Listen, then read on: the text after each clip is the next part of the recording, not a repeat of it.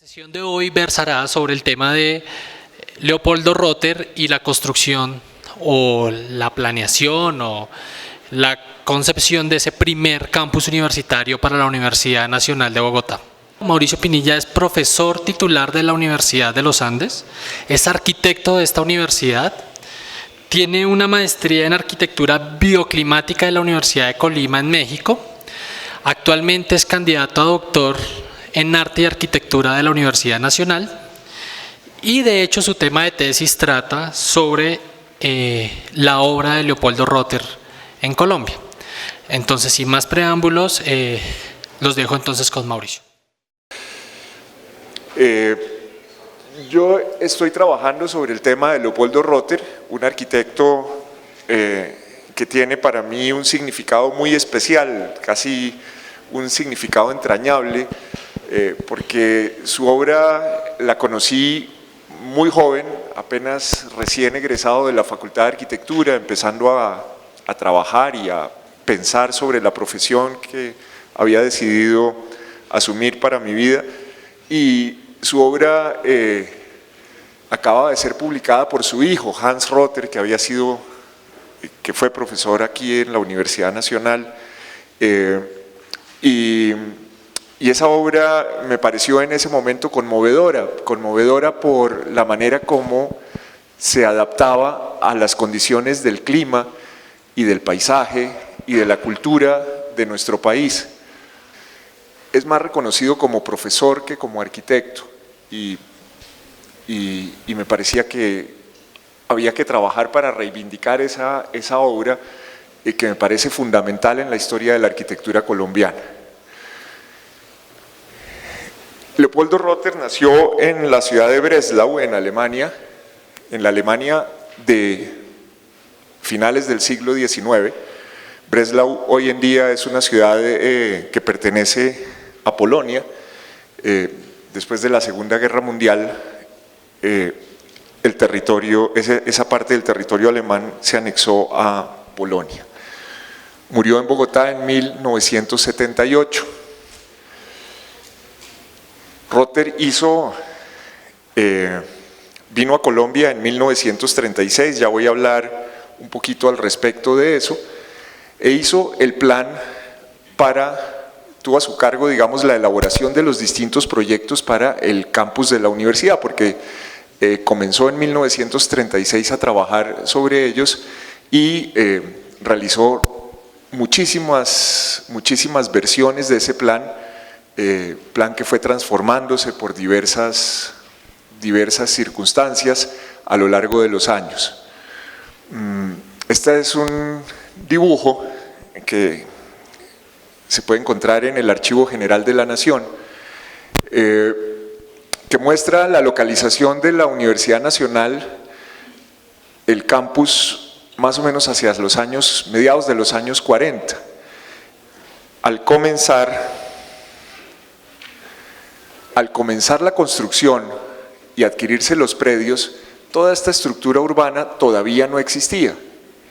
Esto en muy poco tiempo, el hecho de que la universidad se hubiera localizado en estos terrenos significó que la ciudad empezara a crecer y a desarrollarse en este sentido. Aquí se ve, digamos, el terreno del campus con lo que sería la calle 26, esta es la avenida del ferrocarril, que es la 30, por aquí viene el canal del río Arzobispo, que continuaba por acá y se introducía por acá hasta ir a encontrarse mucho más allá con el Río Negro y bajar juntos hasta el humedal de Tibabuyes y el río Bogotá.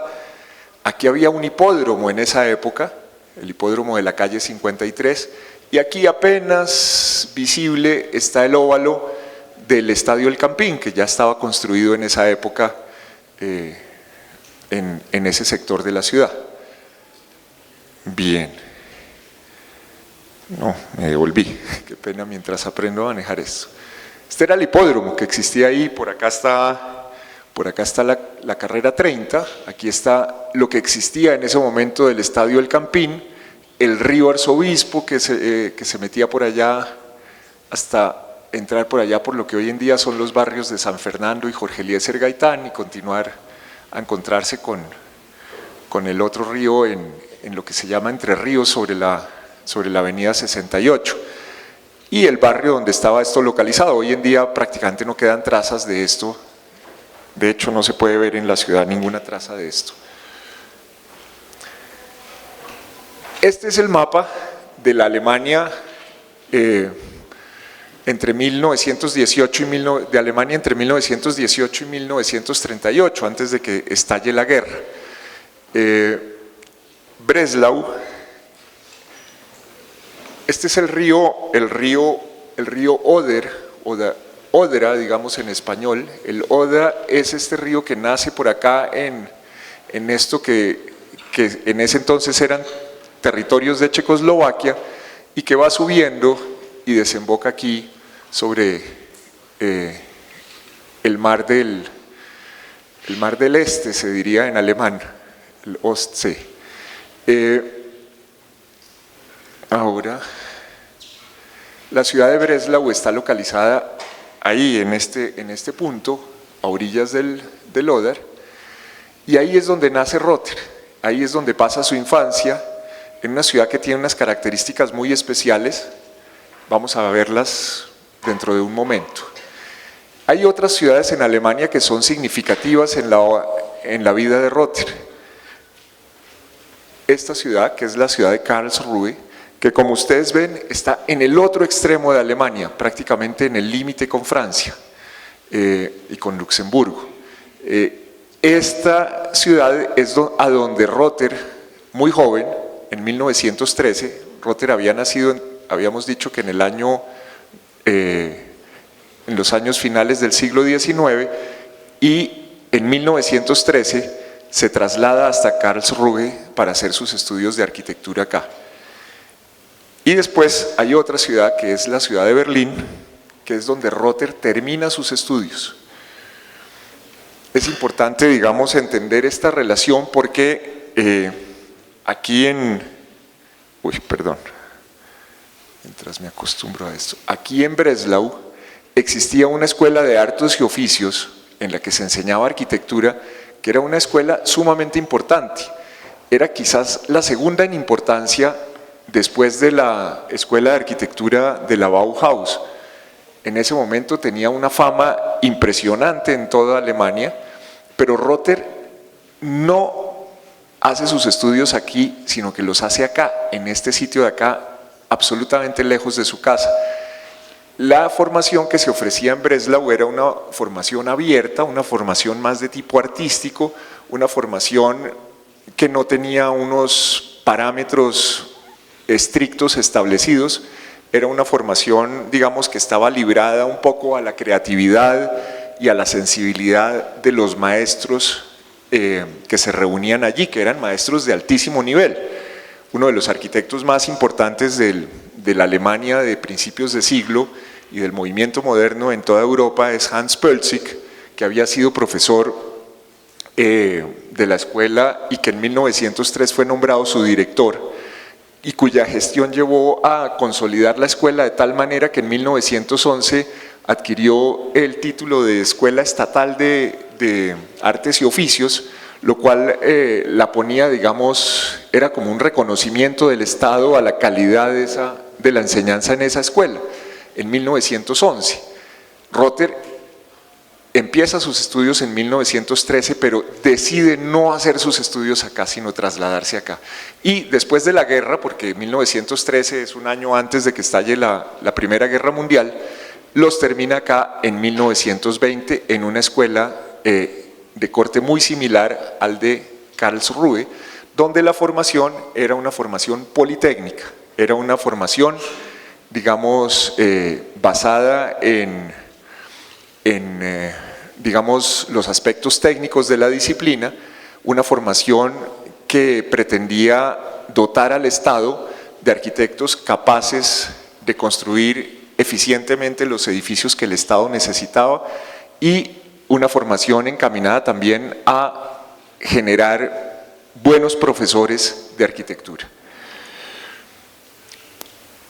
Este es el lugar donde nació Rother. Esta es la Plaza Solny, en la mitad del casco medieval de la ciudad de Breslau, Y el número 17 corresponde a este edificio, que es donde estaba la casa paterna de Rother, probablemente un piso de una familia burguesa acomodada, cuyos padres, digamos, cuyo padre era un comerciante, cuya madre era música, una familia cultivada, en medio de una ciudad, digamos, absolutamente tradicional, con este gran espacio abierto. Esta es una fotografía de hoy en día prácticamente de esa Plaza Solni. Ernesto Vendries, que es un arquitecto que ha hecho su tesis doctoral en la Universidad Técnica de Darmstadt, ha hecho, digamos, las investigaciones que condujeron a descubrir dónde estaba la casa, y entonces hoy en día uno entra a Street View y puede meterse a la ciudad de Breslau y encontrar cuál es el número 17 y saber cómo era la casa de Rother. Bien. Esta era la ciudad de Breslau. La ciudad de Breslau es una ciudad de origen medieval que se hace sobre este brazo del río Oder. Después le construyen un foso en este sentido para, digamos, con propósitos defensivos. Vean ustedes todas las obras de rebellines y murallas y baluartes que permiten defender la ciudad de cualquier ataque desde ese sentido.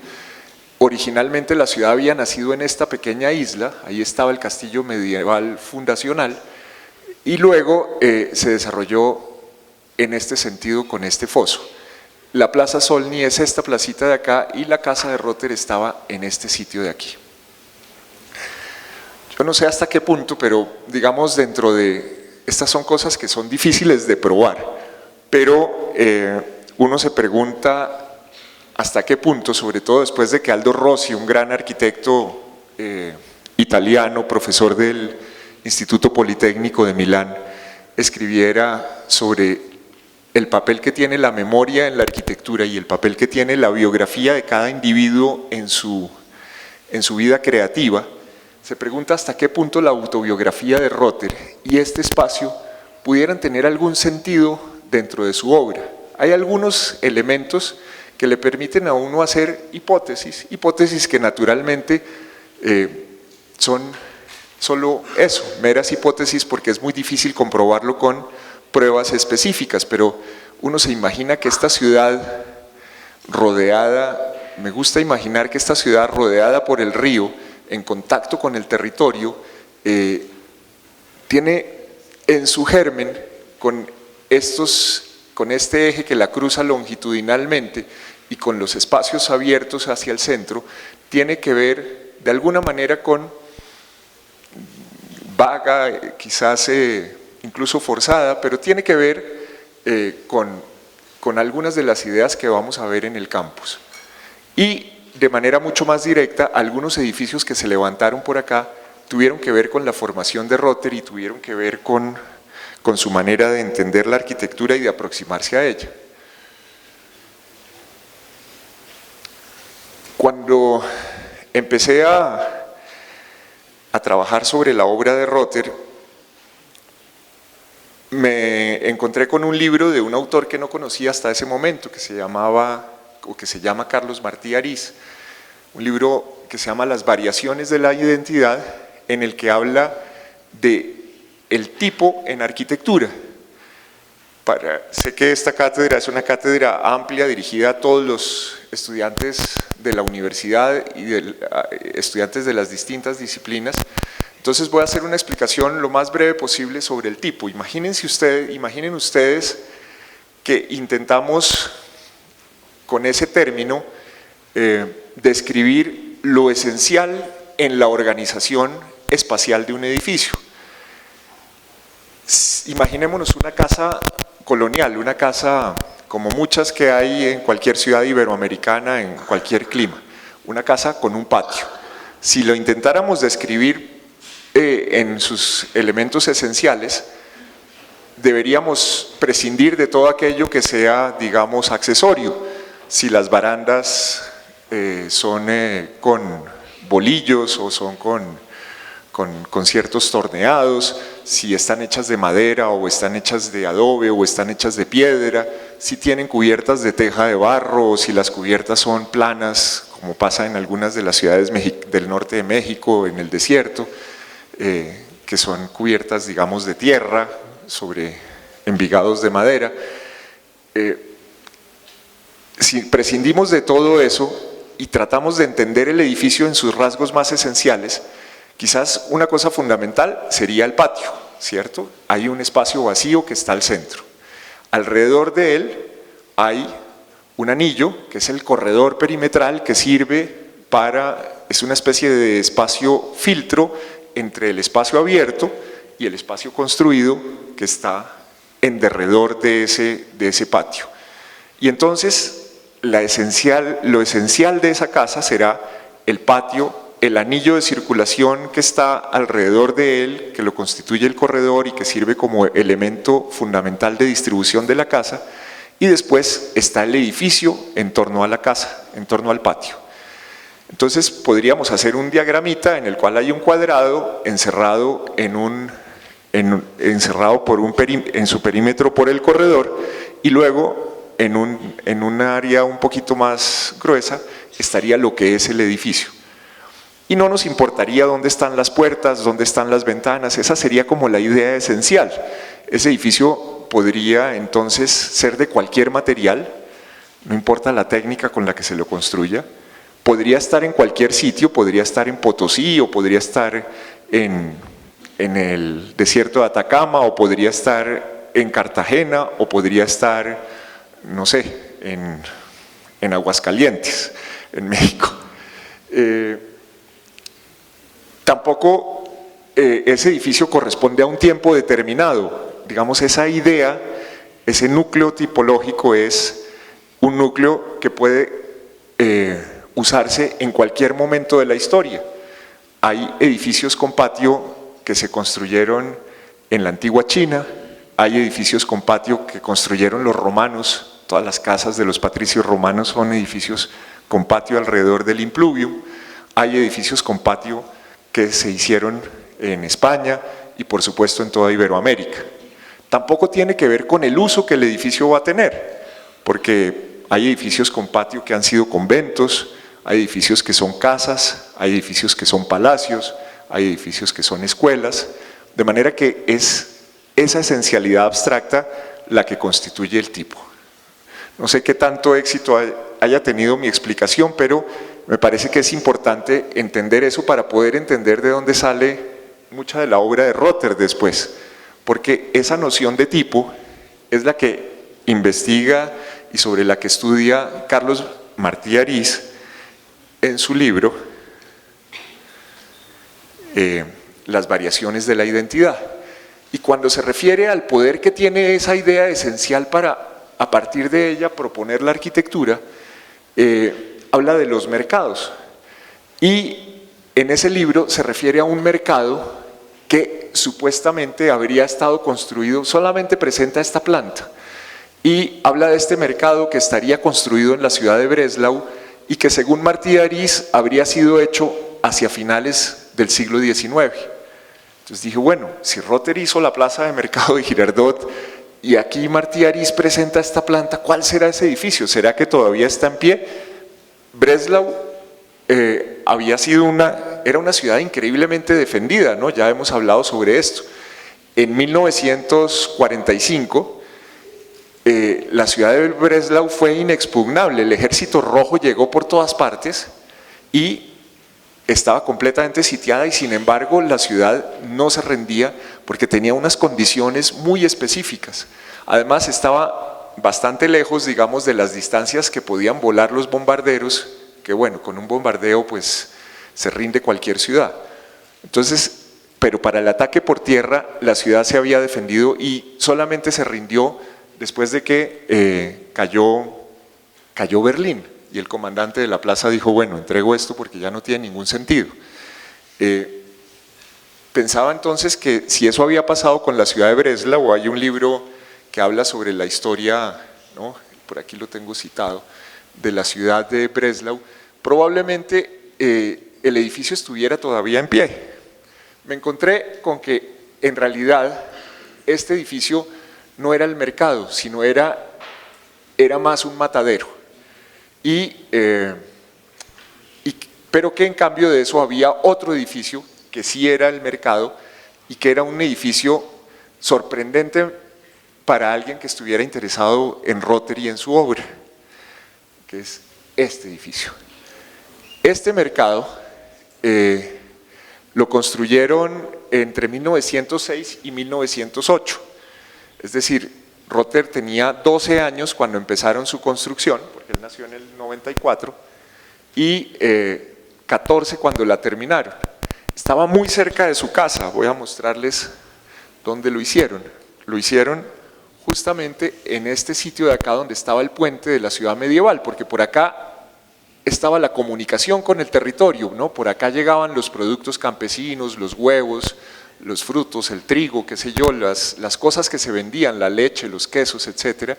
Entonces el mercado está localizado hoy en día en esta posición por acá, muy cerca de la entrada de la ciudad, a muy pocas cuadras de la casa de Rother. Y es un edificio, digamos, muy especial. ¿Qué tiene de especial? Para 1906, pues que está hecho en concreto. En esa época están haciéndose las primeras exploraciones del concreto como material de construcción en el mundo. Entonces Frank Lloyd Wright, el gran arquitecto norteamericano, está haciendo exploraciones en una iglesita por esa misma época en los Estados Unidos. Y Augusto Perret, el arquitecto francés, está también haciendo exploraciones por esa época en Francia y sobre todo en París, en edificios de concreto. Este edificio es muy interesante por toda la sabiduría que tiene sobre el cálculo del material. Fíjense ustedes que son arcos probablemente catenarios que que se van adelgazando hacia arriba y ensanchando hacia abajo, respondiendo al comportamiento estructural del concreto reforzado. Tiene estos puntales que están a distancias regulares entre sí, que soportan una cubierta plana en este sentido y plana en este sentido, con un sobrealto aquí que permite que penetre la luz por la parte más alta y una nueva cubierta en la parte superior también a dos aguas con estos puntales que la soportan acá. Por acá entra la luz y es un edificio de 3 naves, una nave acá, la nave central como una basílica y esta otra nave que está en este sentido. El gran espacio central es el que provee toda la luz y permite desde los pisos superiores tener relación con los pisos inferiores. Después, las vigas que arriostran esto, o sea que establecen las relaciones de rigidez entre cada arco parabólico, son vigas que están aligeradas. Fíjense ustedes, están aligeradas, de manera que su peso es inferior y como el eje medio de la viga no trabaja, ¿cierto? Porque aquí es donde se dan cita los esfuerzos y se anulan los esfuerzos de compresión de la viga que tiende a deformarse en este sentido, de tracción en la parte inferior y de compresión en la parte superior. Aquí sobre la línea media esos esfuerzos son iguales a 0, entonces la viga se puede aligerar en este sentido y pesa menos. Esto para 1906 es absolutamente innovador y tiene que ver con el adelanto más de punta de la técnica de construcción del concreto. Y después también, tal vez no se alcance a ver claramente, pero si uno mira con mucho cuidado, ve que aquí la viga se engrosa un poquito en el punto de contacto. Y aquí sobre todo se ve mejor también en estas viguitas de acá abajo, como hay unas cartelas, se dice en lenguaje técnico, estos acartelamientos de la viga que tienen que ver con los esfuerzos que tiene que resistir la viga y con la posibilidad de que esto se parta acá, entonces esto se ensancha para responder adecuadamente. Es decir, es un edificio que nace del cálculo. Imaginen ustedes que en una ciudad que se ha construido toda de piedra, toda de mampostería, con los sistemas tradicionales, de acuerdo con los oficios tradicionales y con las técnicas que se conocían prácticamente desde muchísimas décadas, si no siglos atrás, este edificio pues significa que se va a construir con sistemas muy novedosos, porque todo esto necesita construírsele un molde de madera probablemente, que se va a levantar hasta acá y va a tener una serie de puntales acá en el proceso de construcción y de arriostramientos y de parales, y se llena virtiendo el concreto, y probablemente para subir el concreto acá haya necesidad de una viga, de una grúa en esos tiempos, que se levantará sobre todos los techos de la ciudad, porque esto es mucho más alto que cualquiera de los edificios vecinos, casi como una catedral. Y ese proceso de construcción debió ser interesantísimo para un muchacho que después, a los 12 o 14 años, cuando el mercado entra en funcionamiento, probablemente tuvo que venir acá a hacer mandados para la casa. Vaya, mijito Leopoldo, y nos trae tantos marcos de frutas, o una botella de leche, o el pan, o qué sé yo. Estaba muy cerca, y esto tuvo que haber impresionado enormemente a Rother. Ya vamos a ver cómo en su obra esto tiene una influencia muy fuerte. Hay otro edificio, bueno, miren esto. En las paredes de ese mercado, en el exterior, hay algunas esculturas. Cuando yo era niño, había en mi colegio una cantidad de libros, digamos que yo entré a estudiar, entré al colegio, al kinder en el año 62, se entraba a los 5 años. Entonces, divinamente peinado, con gomina, zapatos de charol, pantalón corto de paño, lonchera, me mandaron al colegio con una tarjetica que decía mi nombre, y ahí empecé 13 años de estudios con los alemanes. La biblioteca en el año 63 menos 45 es 18, ¿verdad? Hacía 18 años que había terminado la Segunda Guerra Mundial. Muchos de los profesores que yo conocí en la infancia quizás habían tenido que pasar por todas esas circunstancias. Muchos de los libros que había en la biblioteca eran libros viejos, eran libros relativamente antiguos, y había libros infantiles, por supuesto. Había los libros de unos personajes que se llaman Max y Moritz, que eran una especie de pícaros a la manera del Lazarillo de Tormes, que tenían una serie de aventuras con molineros, etcétera, se robaban el pan de las panaderías, una cosa como casi medieval. Y todas las ilustraciones eran muy parecidas a esto, ¿no? Las de los cuentos infantiles. Refiero a esto porque aquí está como la alegoría de lo que es el mercado en su esencia, ¿no es cierto? Está lo que llamaríamos la marchanta, sentada sobre un canasto, tiene un cuchillo que pende de su regazo para partir las porciones de lo que vende. Aquí está su compañera, está extendiendo la mano. Esta es una cliente que también está extendiendo la mano, y entonces se está produciendo la transacción económica. Al fondo se ve el perfil de la ciudad. Este es un mercado urbano. Están los productos representados por estas canastas. Todo esto está esculpido en piedra, es una especie de relieve en una de las paredes del mercado. Hay unas palomas, que estas sí son de carne y hueso, que han venido a plantarse acá, pero las palomitas parecieran hacer parte de la composición. Está además la protección contra la intemperie, ¿no es cierto? Está este paral y está este paraguas que protege de la nieve, del sol, en fin, de los elementos, para que es como la institución del mercado en su origen, ¿no? Como si habláramos de eso que menciona tan poéticamente Luis Kahn cuando dice amo los orígenes, ¿no? Cuando dice para hacer un edificio hay que pensar en los orígenes de la institución y el sentido social y cultural que tiene esa institución. Bueno, quizás este grabado que tuvo que haber visto Rother, que tenía esa similitud con los grabados de los cuentos infantiles que seguramente tenía en su casa, quizás haya tenido que ver también con esto, ¿no es cierto? Aquí está el mismo soporte vertical, aquí está el paraguas que protege del sol, en este caso en Girardot. Este paraguas es de piedra, este paraguas es de piedra. Aquí están las cajas y los bultos con todos los productos. Aquí está la mano que se extiende para el pago. Bueno, aquí están las aves enjauladas, en este caso estaban libres, como un pájaro. Y estoy convencido de que el espacio de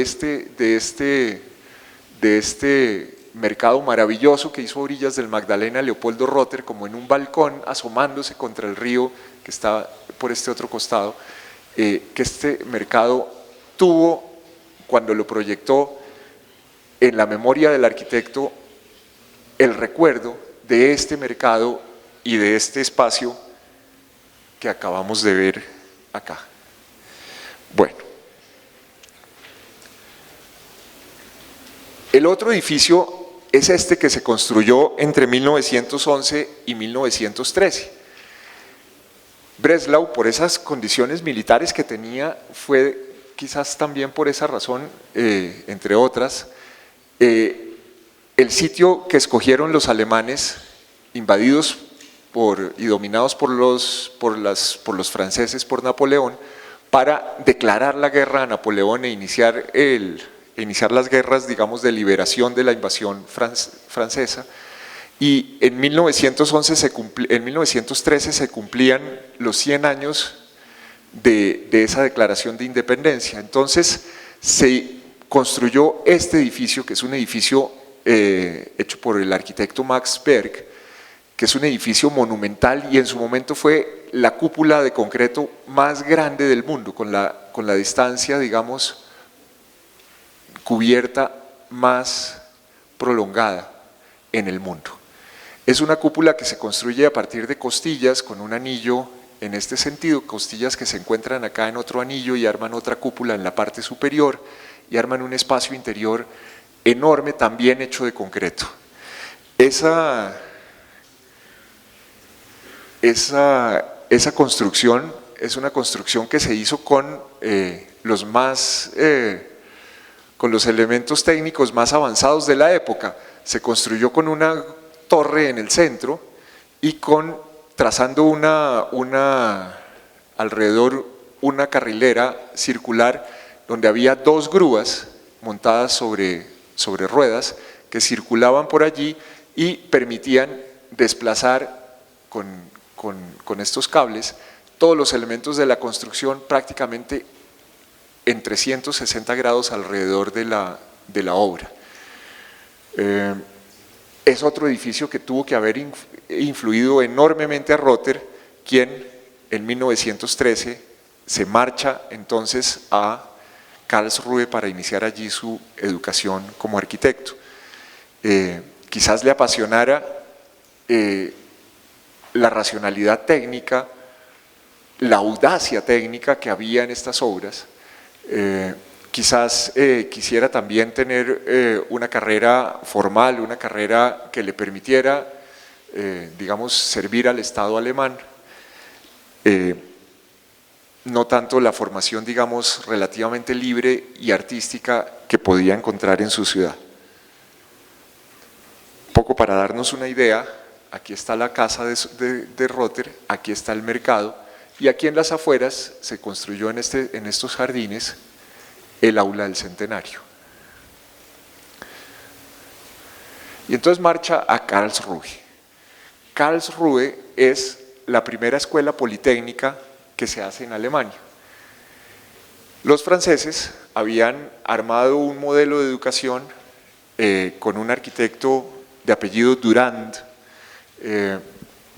al cual le habían encargado en tiempos de Napoleón la formación de los ingenieros. El imperio francés avanzaba sobre Europa y al avanzar y obtener victorias militares tenía la necesidad de consolidar el dominio del territorio que iba conquistando.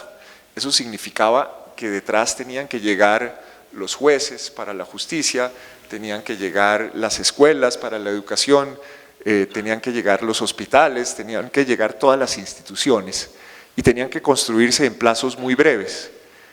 No podían ser hechas por los arquitectos que estaban formados para hacer edificios monumentales, básicamente,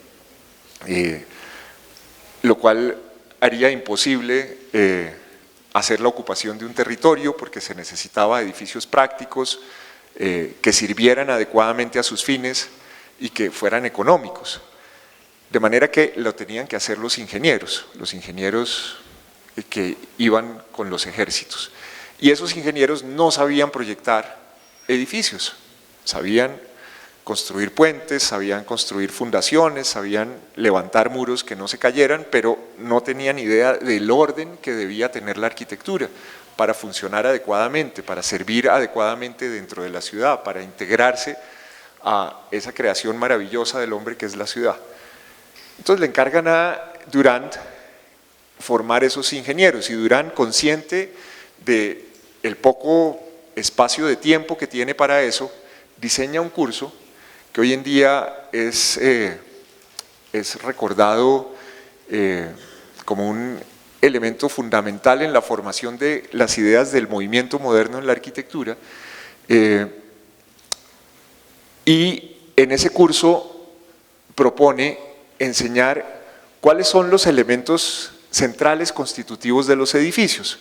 Todos los edificios se componen, todos los edificios se componen de unos lugares de acceso. Esos lugares de acceso conducen a unos vestíbulos de entrada que sirven para orientar, para guiar, para establecer el control de llegada, para establecer, digamos, como la cabeza desde la cual se organiza la circulación por el edificio. Después los edificios tienen unos sistemas de circulación que pueden funcionar longitudinalmente o en forma de cuadrado o alrededor de patios, etc. Después tienen salas y esas salas deben tener unas proporciones en este sentido y en el otro sentido en la profundidad y unas relaciones de altura, y las ventanas son otros elementos de los edificios y las escaleras son otros elementos de los edificios. Y entonces Durand hace un análisis muy detallado de todos sus elementos, trata de explicar cómo se construyen y cómo se construyen de manera sólida, económica y durable, y después trata de explicar bajo qué reglas se combinan. Y al establecer esas reglas de combinación, le permite a una persona, conociendo todos esos elementos y esas reglas de composición, armar un edificio más o menos apropiado. Quizás exento de poesía, quizás no tenga la sensibilidad que puede tener un edificio como este en el cual estamos, que establece, digamos, unas relaciones con la historia, que establece unas relaciones con el paisaje, con el clima, con la atmósfera, con la luz, bueno, con una cantidad de cosas que si uno se sienta a mirarlo, se conmueve de ver cómo un arquitecto puede hacer una obra que tenga significado para los seres humanos que la van a habitar de esa manera. Pero de todas maneras, edificios prácticos, edificios útiles, edificios capaces de servir. Bueno, los alemanes deciden que ese modelo de los franceses es el que necesitan para formar arquitectos, porque no son tiempos para arquitectos artistas, son tiempos para arquitectos que sean útiles a la sociedad. Y entonces en 1824, muy pronto, arman la primera escuela politécnica alemana, que es esta. Este es el edificio de la facultad donde estudió Leopoldo Rotter, en Karlsruhe.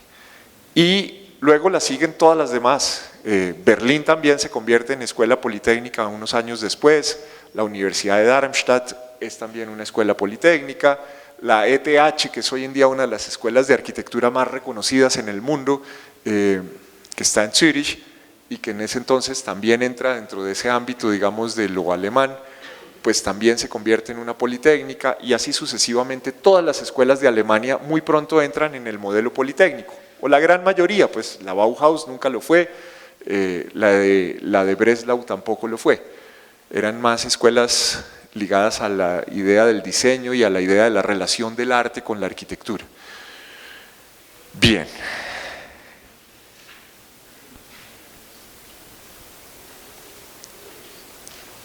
Ya un poco más adelante vamos a retomar la idea de qué es, vamos a ampliar un poquito la idea de qué es esa formación politécnica y qué significa. Marta Devia, profesora de la Facultad de Arquitectura de Artes y del Departamento de Arquitectura de la Universidad Nacional, ha hecho un trabajo muy interesante que ha servido muchísimo para adentrarse y conocer algunos de los entretelones de la obra de Rother. El libro de Hans Rother sobre la obra de su padre presenta esta fotografía del aula magna de la Universidad Técnica ay, caramba, se me fue ahorita el nombre, lo tenía en la cabeza, de Clausthal, una ciudad en la Selva Negra, y a Rother le encargan los edificios de la Escuela de Minería y realiza el aula magna, digamos, la sala del consejo de la universidad, y hace este espacio que, si ustedes lo miran detenidamente, no hay muchas referencias en el libro de Hans Rother sobre cómo es este edificio, simplemente esta fotografía, y cuando uno lo mira, y se va hacia atrás, pues, y ve fotografías del espacio interior de esta gran aula del Centenario, y ve este espacio interior, ve una relación muy fuerte entre uno y otro edificio. Realmente esta aula está en un edificio absolutamente convencional para la época, en un edificio neoclásico. Las fachadas por fuera son las de un edificio como este, digamos un poco distinto, pero digamos con los mismos elementos de composición, con un basamento, con unos ejes de simetría, y allá adentro está ese espacio construido en el interior. Pero digamos que esto es un poco para hablar de cuánto influyeron en Rother esos edificios que vio, y probablemente cuánto influyeron en su decisión de formarse como arquitecto politécnico y no como arquitecto artista. Rother no era un insensible al arte y era un hombre que tocaba el cello de maravilla, como si fuese un músico profesional. En esa misma universidad de Clausthal hace la piscina y pues es claro, es claro que este podría ser el espacio del mercado, que estas podrían ser las salas del mercado de Breslau, donde están los locales en la parte superior que miran hacia abajo, que esto podría ser como los grandes arcos catenarios. También esa piscina está metida dentro de un edificio más o menos convencional, quizás tenía toda una suerte de restricciones para poder hacer la arquitectura en la que estaba pensando en ese momento, y solo la podía hacer en el espacio interior. Bueno, pero cuando uno mira el proyecto que hizo para la piscina y el gimnasio de la Universidad Nacional, proyecto que desafortunadamente nunca se construyó, pues ahí está presente esa herencia de la infancia de Rother. La piscina de la Universidad Nacional iba a ser este gran espacio con estos arcos que lo soportaban, otra vez como la noción de axialidad en este sentido, las tribunas en este sentido, armando un espacio que de alguna manera tiene, que de manera directa, no de alguna manera, sino de manera directa tiene que ver con la idea de espacio axial, ¿no? De espacio basilical, ¿no? Las naves laterales sobre las cuales están las tribunas y la gran nave central. Bueno, Rother, después de la guerra, prestó su servicio militar, recibió una condecoración por su valor como soldado, y muy joven reanuda sus estudios en Berlín y se gradúa en 1920 e inicia una carrera de arquitecto al servicio del Estado. Esa carrera va viéndose cada vez más acotada en sus posibilidades de ejercicio por la situación en Alemania. Recuerden ustedes que a comienzos de los años 30 el nacionalsocialismo asciende al poder y que comienzan las políticas de discriminación contra los judíos. Rother tenía en sus antecedentes familiares, digamos, herencia judía. Había sido bautizado de niño, de manera que era, digamos, cristiano protestante, no practicante, pero había, digamos, quizás entre sus abuelos o entre sus padres mismos, herencia judía. Como había servido en la guerra y había sido condecorado, las primeras medidas no lo tocan, porque está exento de ellas por haber, digamos, prestado con valor el servicio militar en la guerra a su patria. ¿Qué es eso de la patria? Pues, pero ya la situación empezaba a complicarse. Ya en el año de 1933, aquí pueden ver ustedes esta fotografía del Archivo Federal de Alemania, un poco de la época, y que sirve un poco para entender lo dramático de la situación de todo aquel que se opusiera al régimen o que cayera, digamos, en desgracia frente al régimen, ¿no? Aquí a un pobre señor lo están llevando, quizás a la prisión, quizás lo que podrían ser los primeros campos de concentración. Se ve la actitud despótica de estos hombres de camisa parda y botas militares, y correas y arreos, etcétera, y incluso en la fotografía pues se ve cómo se burlan de él, de este pobre señor que se llamaría Bernhard Kunt, siempre distinguido, marchando hacia, y bueno, no se alcanza a leer hacia dónde va. Rother había tenido un servicio del Estado muy distinguido realmente. Había alcanzado ya la más alta categoría en la carrera de funcionario del Estado, era consejero de construcciones del Estado, y en 1935-36, digamos en diciembre del 35 queda cesante, ¿no? Aquí está la traducción del texto. Esta es la carta con papel con sello seco, con el sello de la esvástica del Partido Nacional Socialista, y el ministro de Finanzas de Prusia, ni siquiera firmando él mismo, sino alguien que firma por él, una firma ilegible, le comunica secamente a Leopoldo Rother que en nombre del Reich está despedido a partir de las leyes de pureza de sangre que han promulgado. Decreto tal, inciso tal, parágrafo tal, está cesante. Imaginen ustedes, esto es 1936, 36 y 6, 42, Rother tenía 42 años en este momento. Estaba casado hacía unos pocos años,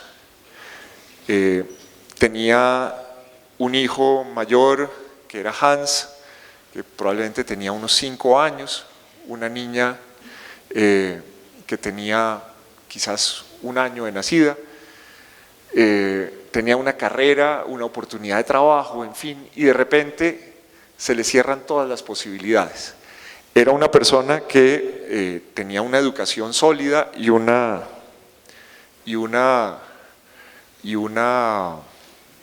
cultura general que le permitía entender el contexto político en el cual estaban empezando a ocurrir estas cosas. Esto era como la condena de muerte de la familia, así de sencillo. La condena de muerte de sus hijos, la condena de muerte de su esposa a la que amaba, la desaparición del mundo, la confiscación de los bienes. Y entonces providencialmente un cuñado de Leopoldo Rother importaba café de Colombia a Alemania y por alguna razón acude al consulado colombiano en Hamburgo y allí en las carteleras esto me sostendrán, pues si no hago un oso mayúsculo, bueno sí, en las carteleras del consulado ve un letrero en el cual el gobierno colombiano convoca a profesionales que estén interesados en venir a nuestro país para colaborar en la construcción del proyecto de modernización del país emprendido por el presidente López Pumarejo.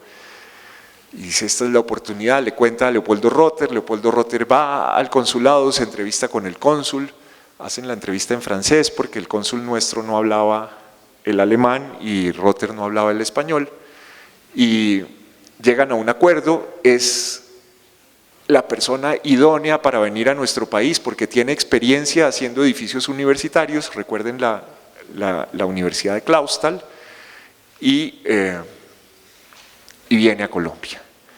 Viene en barco, llega a Barranquilla, sube por el río Magdalena, entra en contacto por primera vez con la luz del trópico, con el calor del trópico, con la exuberancia del paisaje, con la vegetación, con los caimanes, con los playones a orillas del río Magdalena, y llega finalmente a Bogotá y unos meses después su familia lo sigue, un par de meses después.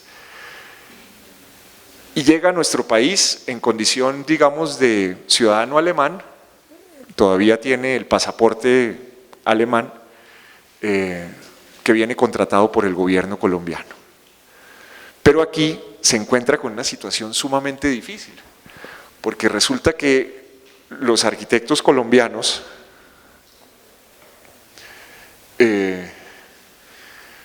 no están de acuerdo con que vengan arquitectos de otros países a nuestro país. Y gente como Julio Bonilla Plata, que hizo el edificio de las residencias estudiantiles aquí a la entrada de la calle 26, como el doctor Gabriel Serrano, como Alberto Manrique Martín, publican en el periódico El Siglo, que siempre estaría dispuesto a publicar cualquier cosa que estuviera en contra de las ideas de López Pumarejo, este manifiesto, en el que dicen que qué están haciendo, y esto es la élite de la profesión, ¿no es cierto? Estos son los arquitectos que están fundando la Sociedad Colombiana de Arquitectos, los arquitectos de las compañías más prestigiosas, los que tienen, digamos, todas las relaciones sociales, pertenecen, digamos, al segmento más alto de la sociedad en términos socioeconómicos de nuestra Bogotá. Una Bogotá absolutamente cerrada, además en esa época, una ciudad de 1938, una ciudad de ¿qué? Unos 350.000, 400.000 habitantes apenas, ni soñar, ninguna relación con la ciudad que tenemos hoy en día de cerca de 8 millones de habitantes. Entonces, por un lado encuentra esta oposición, Rotter no entra a formar parte de la Sociedad Colombiana de Arquitectos. La Sociedad Colombiana de Arquitectos, cuando se funda, publica en el primer número de la revista Proa quiénes son los socios. Ya Rotter lleva años en el país y ahí no figura Leopoldo Rotter. Prácticamente no se publican las obras de Leopoldo Rotter. Cuando propone la plaza de mercado de Girardot, hay un pequeño avisito en el que se dice que el arquitecto Rotter está proponiendo una plaza de mercado en Girardot y que parece ser un edificio muy interesante y que ojalá sirva a los habitantes del municipio, pero no hay es un proyecto que es revolucionario. Cuando Le Corbusier vino a Colombia, ese proyecto le llamó la atención por la audacia con la cual estaba concebido, un edificio completamente transparente, como un gran paraguas que protege del sol tropical, que permite el paso de la brisa y sombra y frescura bajo ella, con cubiertas que tenían entre las bovedillas estanques de agua para ayudar a refrescar el edificio, con entradas de luz verticales también. En fin, un edificio espléndido, con un sistema estructural también muy interesante de columnas hechas en B. Leopoldo Rotter era un maestro de arquitectura, un profesor, y era alemán, y era increíblemente responsable frente a sus obligaciones.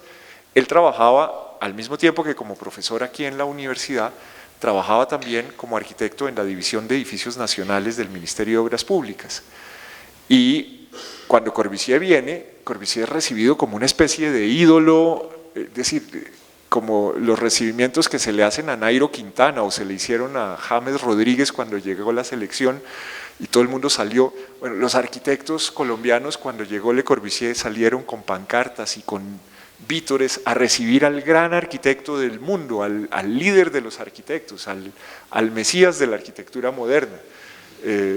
Lo recibieron con letreros, los que sabían hablar francés redactaron unas pancartas en los que decía «Abbas l'Académie», recordando, digamos, las pugnas que contra los académicos había tenido 10 o 15 o no, 20 años antes Le Corbusier, cuando hizo el concurso para el Palacio de las Naciones, etc.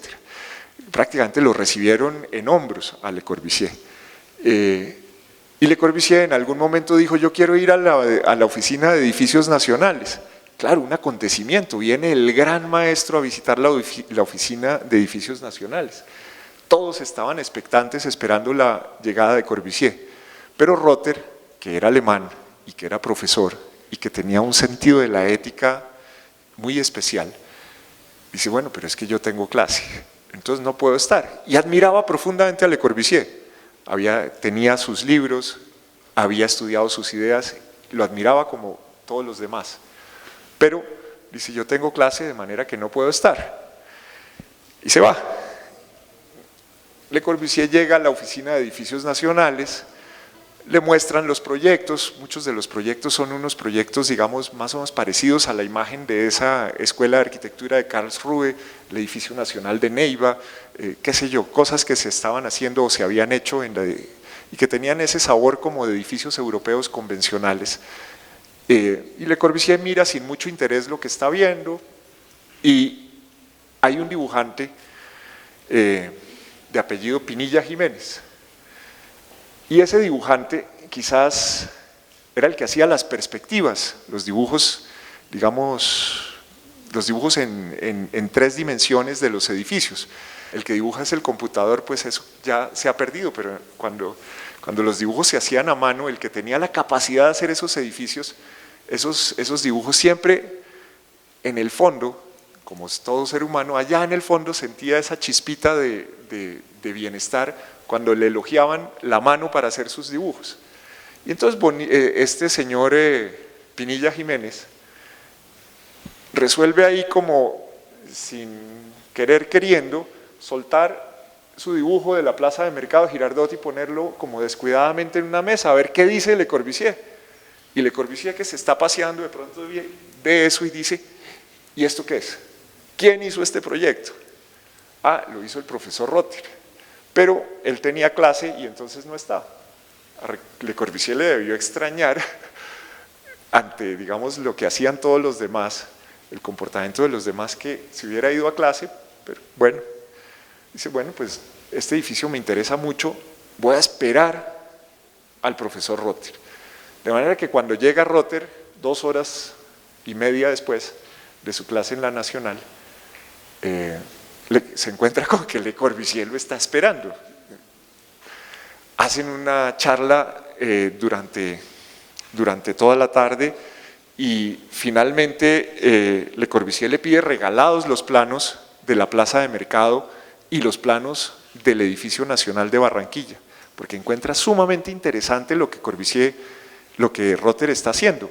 Fíjense que este es el año de 1947 y Le Corbusier todavía no ha hecho las unidades de habitación, esos edificios enormes que construyó en Francia y también en Alemania, en Berlín, que eran edificios que estaban, digamos, pensados para responder a las necesidades de habitación en una Europa que había sido destruida totalmente por la guerra. Bueno, ese edificio lo publica la revista Proa realmente sin darle mayor relieve. Entonces, Rother siempre tuvo como una posición secundaria frente a nuestro gremio. Cuando llega a Colombia, se encuentra con esto, el periódico El Siglo, que es el periódico de los conservadores y de Laureano Gómez, y digamos más beligerante ideológicamente desde el punto de vista político. Todo el tiempo está atacando las iniciativas del gobierno de López. Y entonces, naturalmente, un poco como los debates que hay hoy en día, ¿no es cierto? Un poco como nuestro procurador. ¿Cómo es posible que vengan estos señores que deben ser hasta comunistas y que vayan a a perturbar los valores de enseñanza cristiana que siempre han estado nutriendo la inteligencia de la juventud colombiana. En fin, el pobre Rother era un humanista, probablemente nunca tuvo ni de cerca relación con las ideas marxistas, no las profesó, no hay constancia de ello. Era un arquitecto que quería simplemente ejercer su profesión y ejercerla con dignidad y con ética. Y se encuentra con toda la situación de la persecución oficial, porque es que después de que López Pumarejo cede el poder a otro gobierno liberal, que es el de Santos,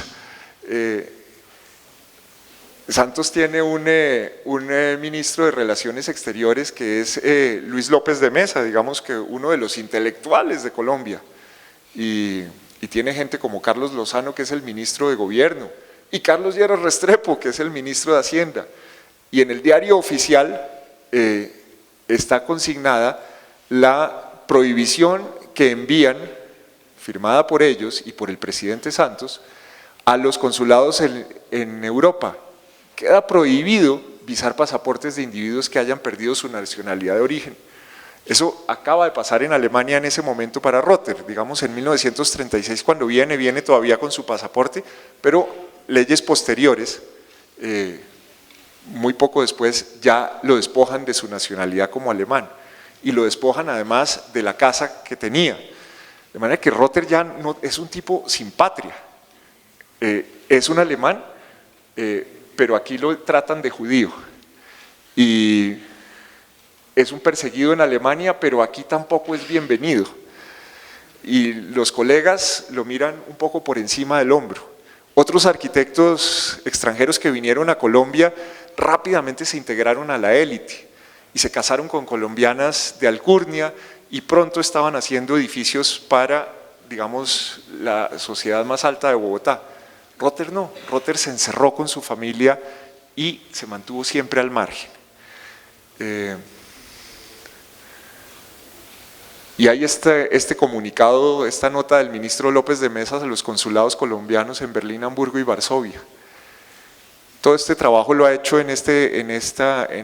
todo esto lo ha investigado en esta publicación Distantes y Distintos el profesor Enrique Bierman aquí en la Universidad Nacional.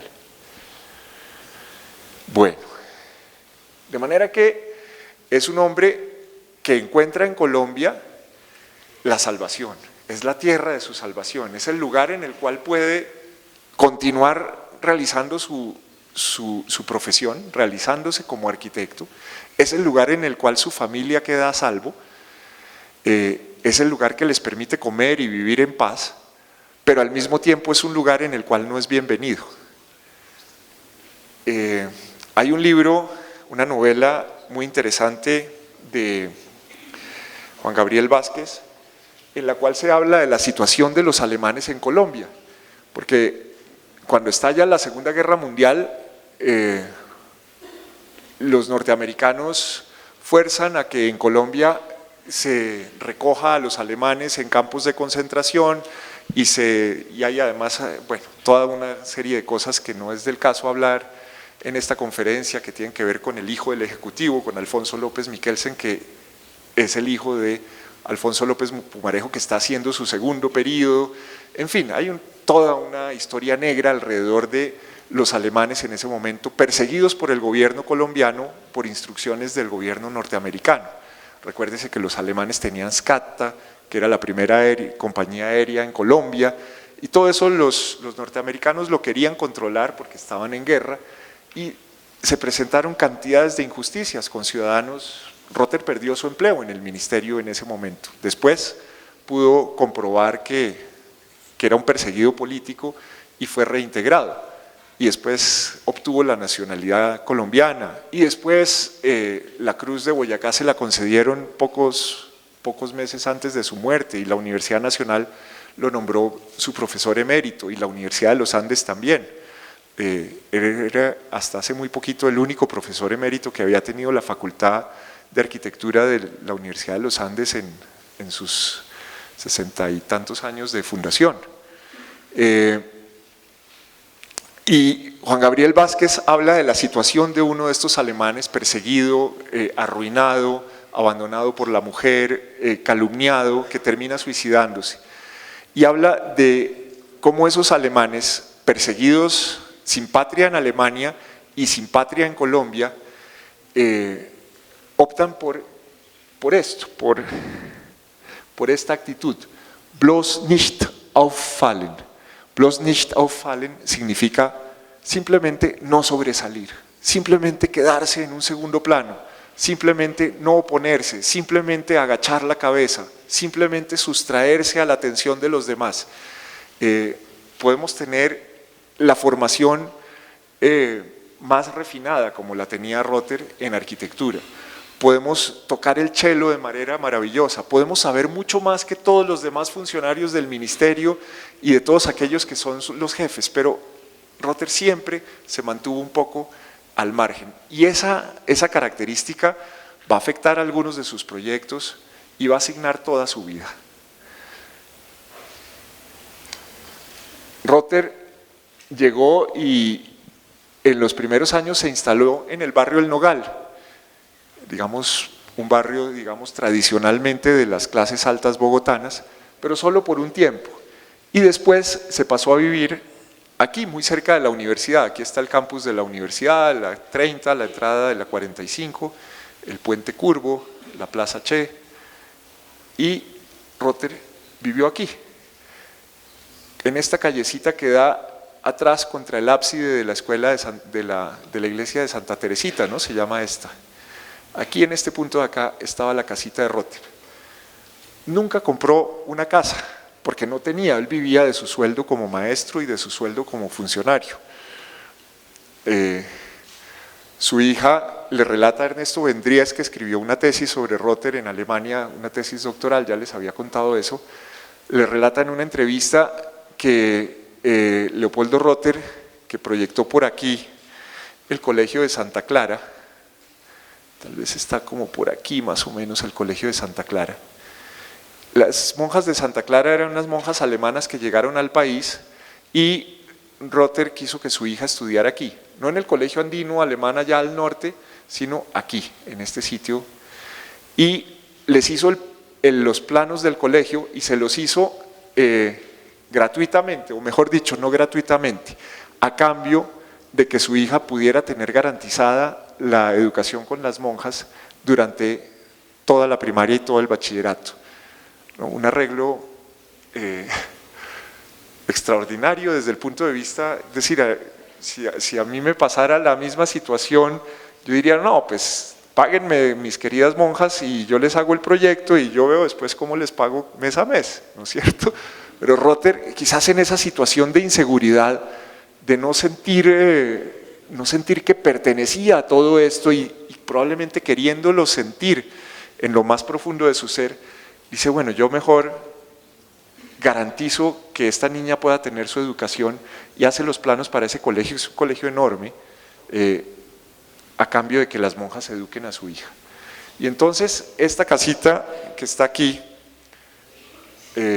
aquí está una carta que le dirigió Le Corbusier a Hans Rother, Monsieur Hans Rother, la cual le dice que sí, que lo espera en París para que trabaje con él, porque cuando Le Corbusier le pidió a Rother los planos regalados, Rother quiso que se los entregara a su hijo y vieron la posibilidad de que fuera como los jóvenes de la élite social de Bogotá que se habían ido en ese tiempo a trabajar con Le Corbusier a París, vio la posibilidad de que su hijo Hans fuera también allí.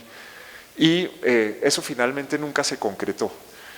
Pero Le Corbusier le dice que sí, que lo espera y le da la dirección, calle 44, número 2034, ahí en el barrio de La Magdalena, vendría a ser ese barrio tal vez.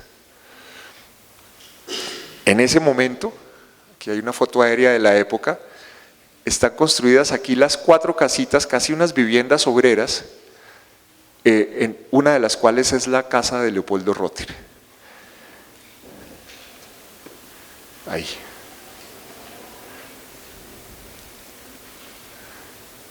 Esta casita de acá es la casita de Leopoldo Rotter, esta de acá.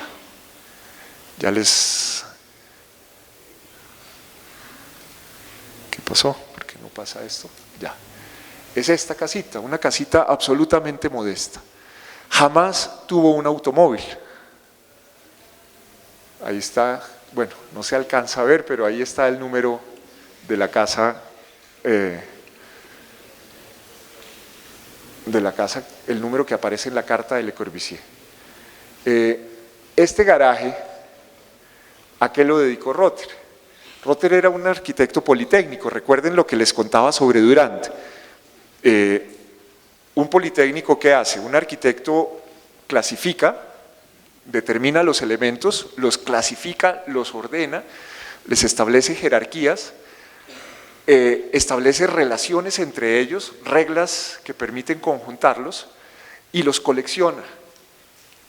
Entonces, Rotter pasó toda su vida haciendo para sus estudiantes. Piensen que en esa época no había internet, las bibliotecas eran pobrísimas, llegaban las publicaciones del primer mundo, la Architecture d'aujourd'hui de Francia, las revistas norteamericanas venían por barco, se perdían en el correo, tardaban quizás hasta un año en llegar el último número que había salido el año pasado en París, en llegar a la biblioteca de la Universidad Nacional.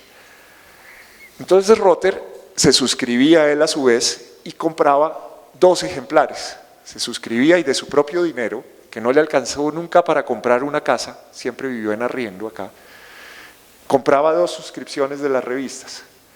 Una de ellas la usaba para recortarla y pegar las cosas que consideraba que eran valiosas para sus estudiantes en unas carpetas que después él proyectaba con un proyector de opacos, que para ustedes eso es como un aparato de la época jurásica, ¿no es cierto? Una cosa que funcionaba con luz, que se calentaba enormemente y se metían las láminas por debajo, era como una especie de cañón realmente de artillería enorme, que producía un ruido y que se sobrecalentaba, etcétera, etcétera. Pero recortaba eso, lo pegaba en esas hojitas y hacía a su vez una serie de dibujos explicando todas las reglas de la arquitectura, clasificando los tipos de edificio, clasificando los elementos, clasificando los sistemas constructivos. Llegó a ser como 2000 y pico de carpetas a lo largo de toda su vida. Cada carpeta más o menos con 30 páginas cada una, en promedio, unas con más, otras con menos. Eso da 2000 por 30 da 60.000 carpetas.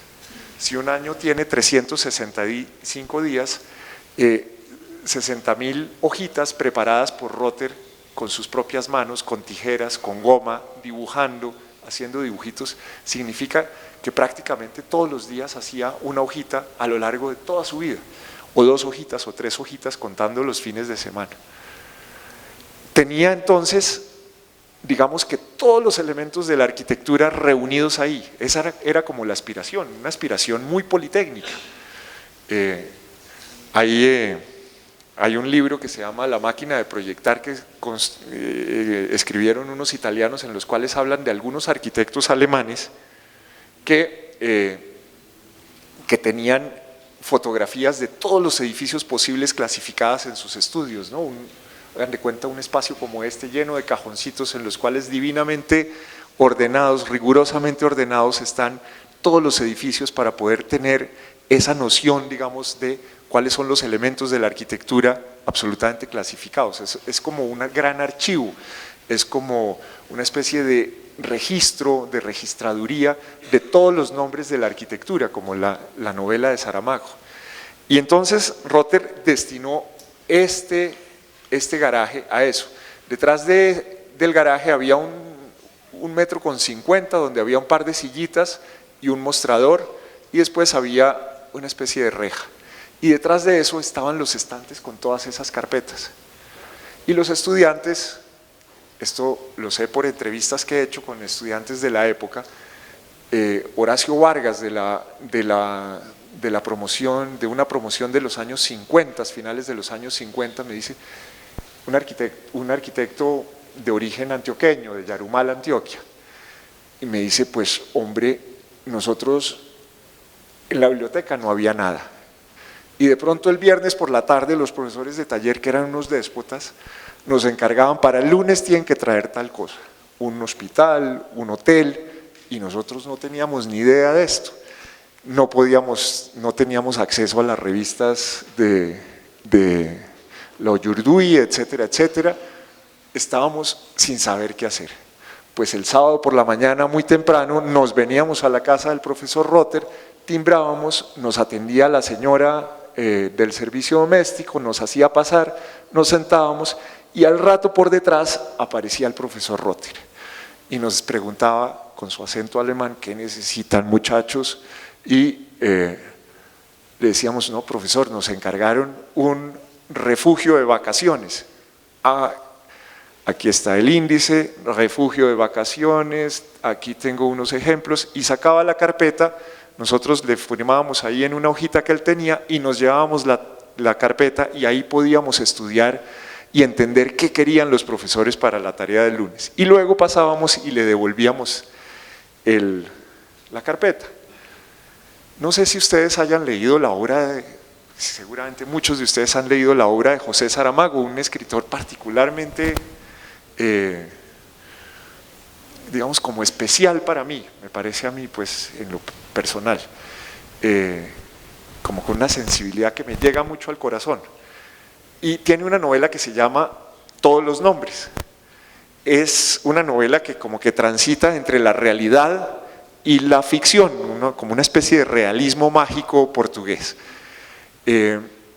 Trata de la vida de un funcionario de la oficina de registro, de registro que tiene los nombres y la historia de todos los ciudadanos de la ciudad, como los nombres, como las partes y los elementos y los hechos de la arquitectura en los archivos de Rotter o en los archivos de Durant o en los archivos de los arquitectos alemanes.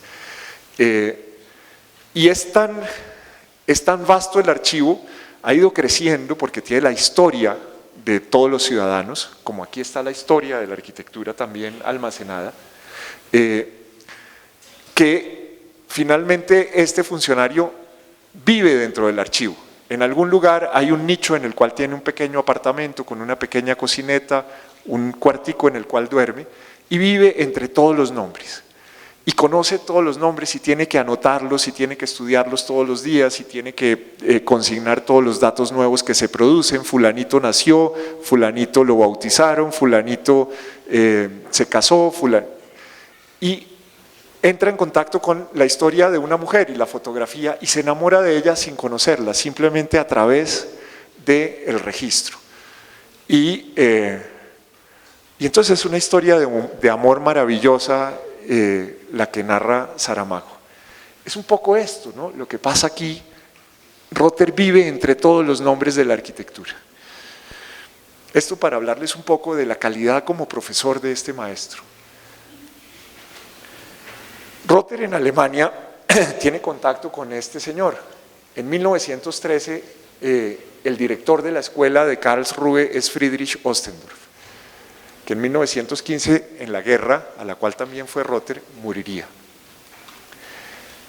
Y Ostendorf es un arquitecto muy importante en Alemania en ese momento. En 1913 ha publicado un libro, espérense un segundito, ya les muestro lo del libro. Un libro que se llama, o una serie de libros que van a llamar los 6 libros de la construcción, incluyendo una teoría del proyecto arquitectónico. Ostendorf está muy preocupado con la situación de la arquitectura en Alemania. Piensen ustedes que hay un desarrollo de la técnica y una modernización general de la sociedad que está poniendo en crisis todos los valores históricos de la arquitectura. Ya los edificios se construyen de otras maneras, están los futuristas, están las nuevas nociones sobre el tiempo, está la música desarrollándose de otra manera, está incipientemente pensándose el cubismo, está pensándose el futurismo, bueno, una cantidad de cosas. Todo eso está poniendo en crisis un sistema de valores, es como la caída de un mundo para el surgimiento de otro nuevo mundo. Y este señor es un defensor de los valores de la tradición. Publica ese libro en el afán de armar una teoría que permita conservar todo aquello que le es querido a él. Hay unos valores centrales dentro de eso. Después de leer, bueno, el señor es además muy apreciado en toda Alemania. En 1913 hace una conferencia en la sede de la Unión de Arquitectos de Berlín. La Unión de Arquitectos de Berlín es una institución súper sólida y prestigiosísima en Alemania. Habían sido socios de esta asociación, de esta unión, Schinkel, por ejemplo, el gran maestro clásico alemán. Había sido miembro también Gottfried Semper, el otro gran teórico de la arquitectura alemana. Fueron miembros de ella Gropius, el fundador de la Bauhaus, y Peter Behrens, el maestro que recibió a Le Corbusier en algún momento en su oficina a trabajar. En fin, era un sitio realmente prestigiosísimo. Y esa asociación de arquitectos tenía un premio que concedía anualmente, el premio Schinkel, que era una especie de concurso para arquitectos jóvenes de arquitectura que debían hacer un proyecto y había un jurado, y el mejor proyecto recibía una beca para hacer estudios en el sur de Europa, en Italia, en fin, donde se quisieran ir a estudiar durante un año estos jóvenes, un poco como el premio de Roma que existía en París. Y Schinkel, Ostendorf lo ganó en algún momento unos años antes. Y cada año, en la semana del cumpleaños, de la celebración del cumpleaños de Schinkel, se hace una semana de exposiciones y de conferencias, y la conferencia central de 1913 la hace Ostendorf sobre el tema de su libro. Eso habla del relieve que tenía en ese momento esas ideas en el debate general de Alemania. Leyendo las conferencias y leyendo el libro, digamos, del cual solo se publican los 2 primeros volúmenes porque Ostendorf cae en la guerra y el proyecto editorial entonces se pierde también, pero uno podría concluir que para Ostendorf son valiosos estas ideas: que la arquitectura de la antigüedad romana constituye el origen primordial de la arquitectura y que sus leyes de composición y de articulación de los espacios, de relaciones de los espacios, son fundamentales para el ejercicio de la arquitectura. Está hablando de un periodo muy específico de la historia de la arquitectura universal, encontrando en él, digamos, valores universales que trascienden el tiempo. Acuérdense cuando hablábamos del tipo, que el tipo era independiente del tiempo, de la técnica, del uso, etcétera, etcétera, del lugar. Está hablando de esos valores los más abstractos posibles que están presentes en esa arquitectura y que podrían en cualquier momento ser utilizados sin importar el momento histórico en el cual se estuviera. Entonces, esto es un poco más de lo mismo, esas secuencias espaciales, esas formas usadas por los romanos son las herramientas básicas de un arquitecto, y permite eso, emprender cualquier tarea, y digamos que ese conjunto de reglas y de elementos es análogo al idioma, el idioma que permite escribir o el Quijote o 100 años de soledad o una carta comercial, tiene unos elementos que son comunes, unas reglas de sintaxis, unas reglas de ortografía, y con eso se puede crear. Y se puede crear de la manera más libre y amplia. Es el planteamiento de Ostendorf sobre lo que debe ser la arquitectura y lo que debe ser la educación de un joven arquitecto, porque Ostendorf aspiraba a que su proyecto educativo, esta es la carátula del libro, cuando uno es estudiante de doctorado se vuelve como una especie de investigador de novela policíaca, y de pronto tiene suerte y muchas pistas son pistas que no conducen a nada, pero a veces logra encontrar, hacer los hallazgos, y bueno, este fue un gran hallazgo gracias a la Universidad de Michigan, que hace que una vez han prescrito con el tiempo los derechos sobre estas publicaciones, se encarga de hacer reimpresiones y las venden entonces a las personas que estén interesadas.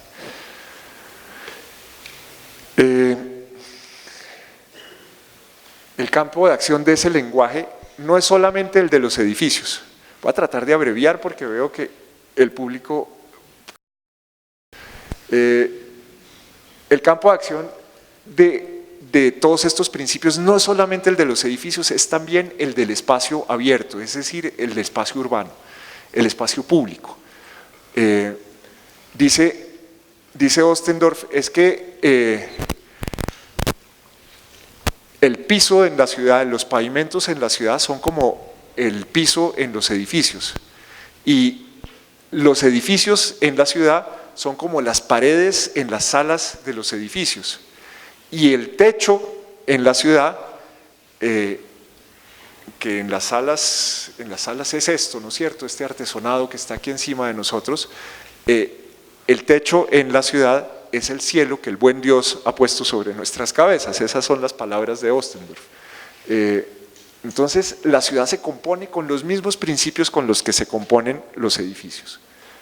Y después dice, bueno, que es importante, digamos, no asumir las lecciones de la historia en términos estrictamente formales, sino en términos de la esencia de las formas, de esos valores que están en el puro origen de los elementos y de los cuales hemos hablado hace un momento y podemos entender a qué nos referimos. La idea de que el tipo, eso que también definimos, es esencial, y que los romanos llevaron a Alemania el de la basílica y el de la planta central, y que esos dos tipos son fundamentales en la formulación de cualquier proyecto arquitectónico. Sin embargo, Ostendorf siempre dirá que el tipo de la planta central es superior al de la basílica, porque el de la basílica es como un tipo impuro hasta cierto punto. Y luego dice que la arquitectura es un arte utilitario, es distinto a las bellas artes, está regulado por las leyes de la economía y por las leyes de la técnica. La arquitectura tiene que hacerse con recursos usados razonablemente, y tiene que servir y ser útil y durar y ser adecuada desde el punto de vista acústico, desde el punto de vista de la defensa de los elementos climáticos, etcétera, etcétera. Y después dice que, no obstante, a pesar de que la técnica sea fundamental, no es la que decide cómo se arma el proyecto. Lo que define cómo se hace la arquitectura son esos principios fundamentales de los que hemos estado hablando. Y después, esto que es importantísimo, por encima de la acción creadora individual están los valores colectivos de la disciplina. Y es que esto tiene, para los que no son arquitectos, tiene que ver con una de las taras más serias de nuestra profesión, y es que todos aspiramos a ser genios y ser reconocidos individualmente como grandes artistas y grandes creadores. En las facultades de arquitectura eso se promueve. No, pero mira qué maravilla de proyecto el que hizo este estudiante. Este estudiante es un genio de la arquitectura, y así se empieza a crear esa monstruosidad que después produce una ciudad llena de alaridos expresionistas individualistas, sin concierto, sin orden, sin asociación, cada quien tratando de pugnar por sobresalir con las formas que inventa, que en el fondo no hay mucho de invento en eso, pero con formas que son digamos como únicas, irrepetibles, y que producen un gran desorden. Para este maestro, digamos, esto que tiene que ver con el Bloß nicht auffallen, del cual hablábamos en la actitud de Rother, esta cosa como de respetar lo colectivo por encima de lo individual, era fundamental.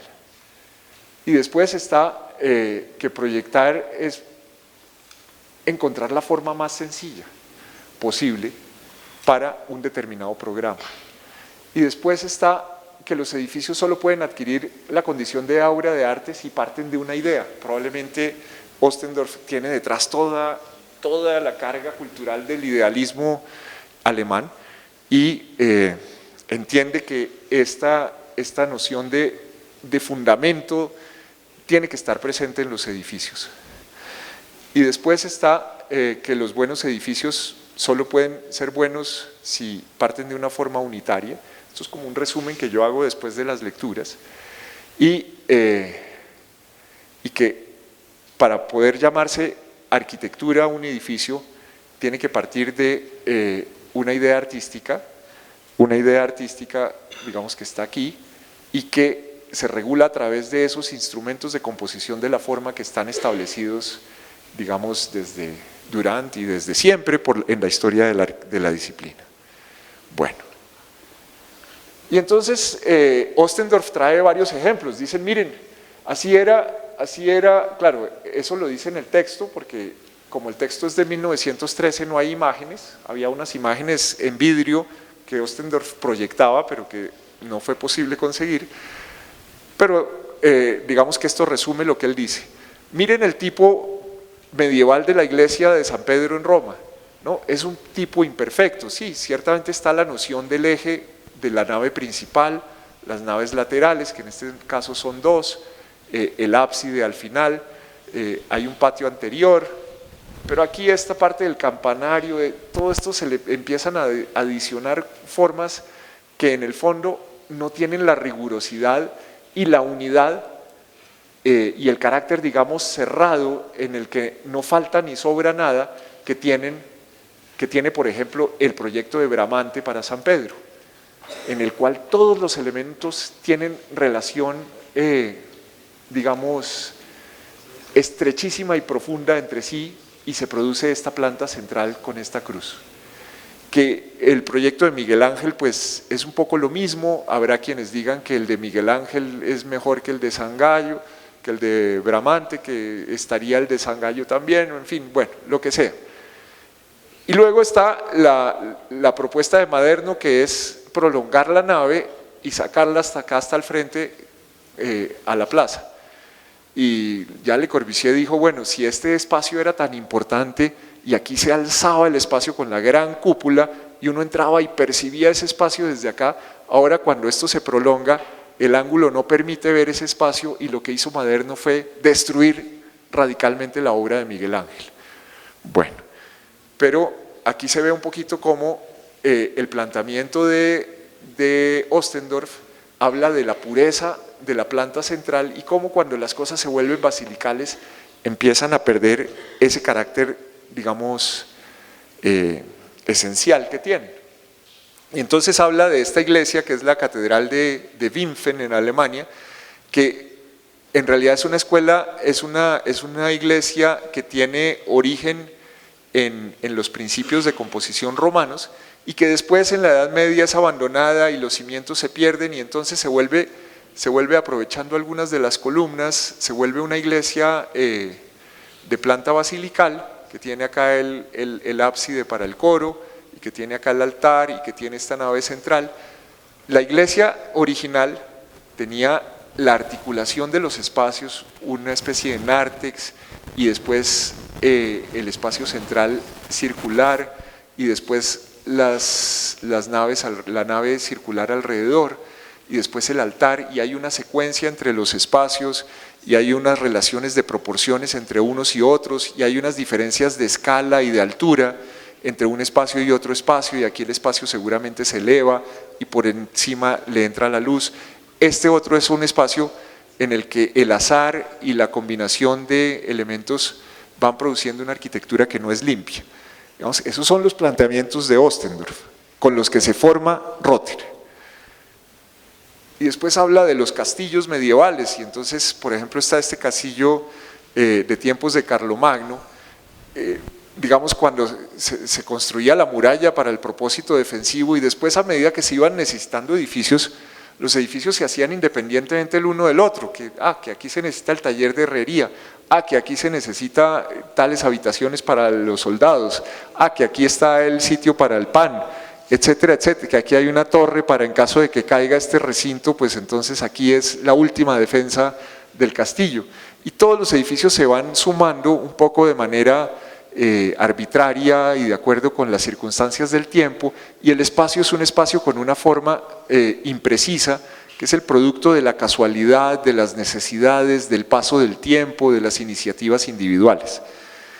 Y Ostendorf lo compara con la Villa Farnesio de Viñola, con planes iniciales de San Gallo, ¿no?, en la cual todas las habitaciones, todas están supeditadas a un orden central y todo tiene relación lo uno con lo otro y hay una identidad geométrica entre todos los elementos.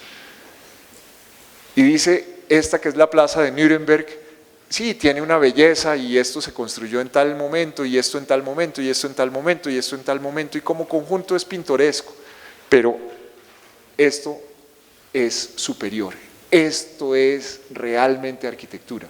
Lo otro es un conglomerado de edificios más o menos pintoresco. Y bueno, entramos a ver rápidamente un poquito el campus. Esta es una copia, realmente una copia hecha a tinta de un dibujo elaborado por Carsten y firmado por Carsten y Rother puro al comienzo de la universidad, en el cual están como exploradas las ideas de cuáles debían ser, digamos, la organización de los diferentes departamentos, y si había departamentos o si había facultades y si había áreas de conocimiento. Entonces, en principio se estaba pensando que había como unas grandes áreas de conocimiento, todas vinculadas a través de un espacio central. Cuando uno mira esto, pues no puede dejar de ver la relación que hay. Quizás aquí están sobre todo primando las ideas de Carsten, el pedagogo, pero también hay una idea espacial resumida en el centro y lo que ocurre alrededor y la idea de una cabeza que probablemente tiene que ver con la participación de Rother en la formulación del proyecto. Y este es prácticamente el primer plano que se hace para la universidad. Está fresquito, recién sacado del Archivo General de la Nación. Tengo que decir que en el archivo realmente qué gente tan maravillosa, y cómo a un investigador que llega y tiene que meterse en las bases de datos y todo eso, siempre encuentra apoyo de la gente de allá. Y entonces, fíjense cómo aquí está como presente la idea de un anillo circunvalar, un gran eje que arma la estructura general, una cabeza. Aquí está la calle 45 que llega en este punto, aquí está la 26 que llega por este punto. Estos dos ejes en ese momento se están cruzando acá por la parte superior, por aquí va a estar ubicada la rectoría, por acá están los distintos edificios, al fondo está la parte de los deportes. Tiene mucho que ver con ese esquema general, con un gran espacio que acabamos de ver, con un gran espacio central que es el espacio de la convivencia. Esto es como el eje y como el río Oder y como las casas en la Breslau natal de Rother. Y después esto evoluciona y este es otro plano en el cual aquí los estadios, bueno, fíjense una cosa en este, y es que los estadios aquí están dispuestos en la localización más o menos parecida a la que queda finalmente, pero la gran plaza está puesta aquí sobre el costado occidental y hacia aquí simplemente hay unos senderos circulares y no hay la jerarquía que esto va a adquirir posteriormente. Después los estadios aparecen aquí en esta forma y se crea con el edificio de educación física esta plaza que remataba todo el eje y armaba aquí entre los dos estadios una puerta adicional de la universidad. Aquí podemos ver los principios que acabamos de leer y bueno, habría que hacer como unos análisis gráficos de todos estos planos para volverlos absolutamente explícitos, pero está la idea de cómo la composición del espacio abierto es tan importante como la composición misma de los edificios. Está la idea de que hay secuencias especiales y de que hay elementos que articulan los diferentes componentes del proyecto. Están las nociones de organización de la historia ahí presentes y sintetizadas, tomando de la historia ciertos elementos. En la definición de los edificios mismos está está presente esa noción de sencillez y de racionalidad que es tan importante para los politécnicos. El repertorio de la historia está ahí presente. En fin, este dibujo, que es el del trazado de las calles que finalmente se hace, muestra con qué cuidado Rother está componiendo aquí este espacio, porque estos son los primeros proyectos que él hace realmente. El edificio de educación física, que lamentable que nunca se hubiera construido este espacio maravilloso. Cuando yo miraba, siendo muy joven, el libro de Hans Rother, en esa época había una directora de cine cuya obra me parecía realmente muy especial, que era Lina Wertmüller.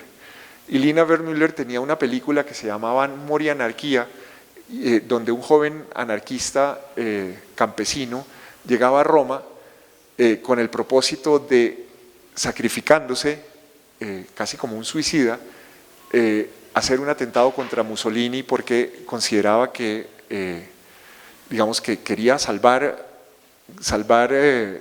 una serie de valores contra los cuales actuaba toda la ideología del fascismo.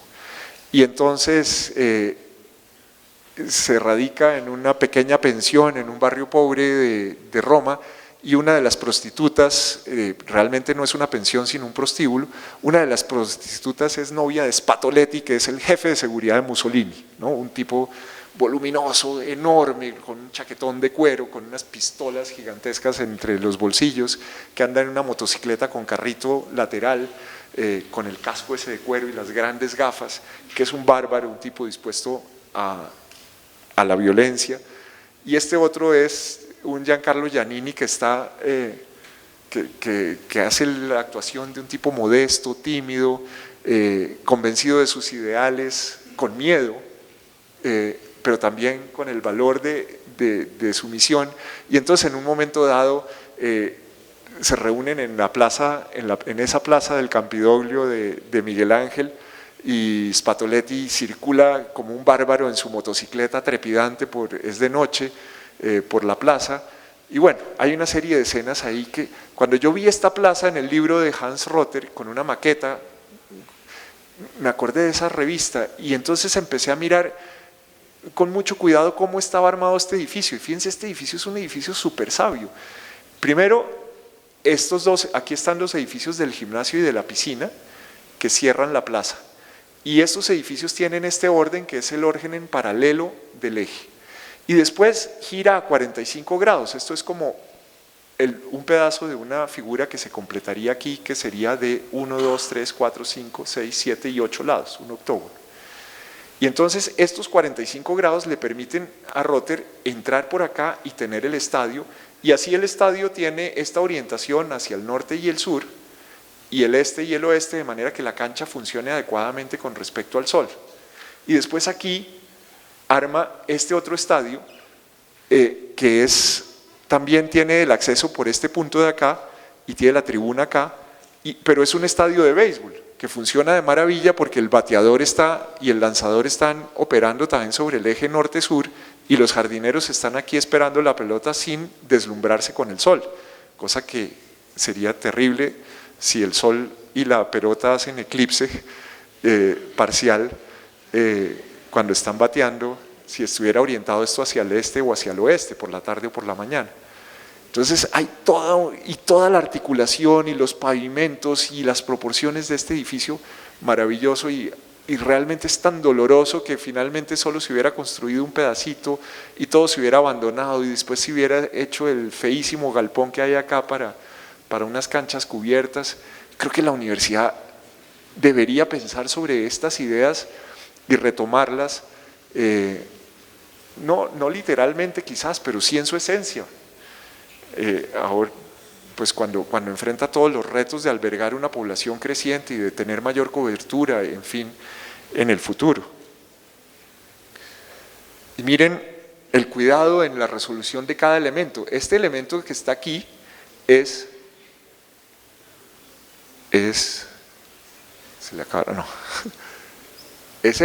son estos elementos que están acá, que sirven para articular la curva de la elipse con esta llegada a este espacio ceremonial de esta plaza de banderas que se abría aquí hacia la piscina, que iba a estar en este punto de acá, y bueno, todas las canchas deportivas, aquí hasta había cancha de polo.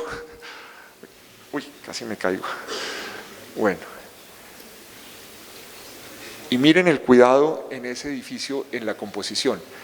Sé que el tiempo apremia y que me he extendido un poquito, entonces solo mírenlo miren cuánto amor puede haber en la elaboración de este plan, tan riguroso, tan comprometido, tan minucioso, pensando en todos los detalles, pensando en el comedor para todos los deportistas con estas ventanas que se abren en este sentido, pensando en los sitios en los que la gente se cambia, pensando en cómo las mujeres pueden salir por acá a la piscina y los hombres por el otro lado, pero todos pueden llegar por el mismo punto, que es el punto público, y por acá salen y entran mojados, y aquí la parte del gimnasio.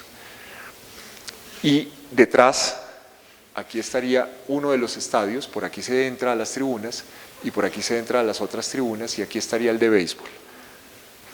Y miren los estadios cómo están resueltos, ¿no? Aquí está el edificio, un poco con una orientación distinta a la que veíamos en el dibujo, y todo el análisis geométrico de Rother para encontrar cada una de las curvas para que la visual de los espectadores sea la correcta, para que la curva de los corredores sea la correcta, en fin.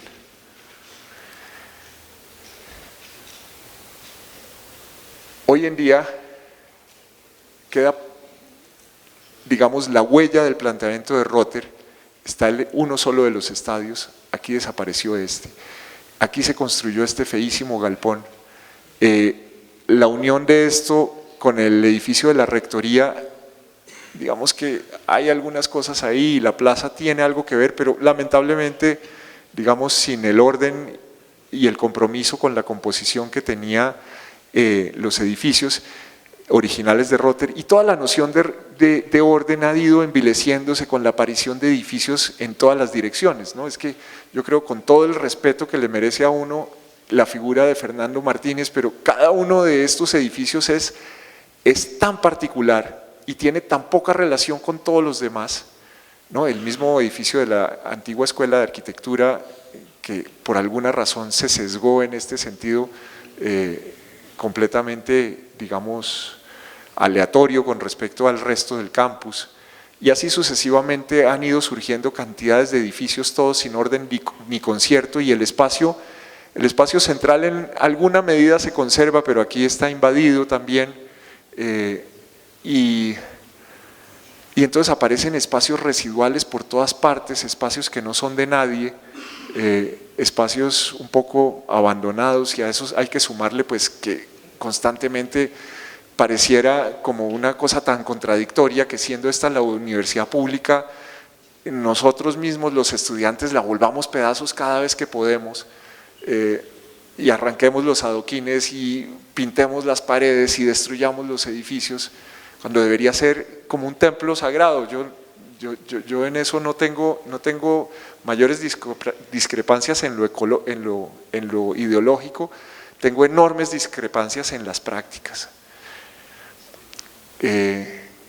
La universidad se enfrenta ahorita a un momento, digamos, culminante dentro de su desarrollo. El plan de ordenamiento que tenía vigente vence ahora, tiene que densificarse y construirse, pero ojalá se lo hiciera con el respeto por la naturaleza, con el respeto por el paisaje, con la actitud, digamos, humanística que está presente en el trabajo de Rother. Bueno, yo creo que ya no los canso más. Muchas gracias por su atención.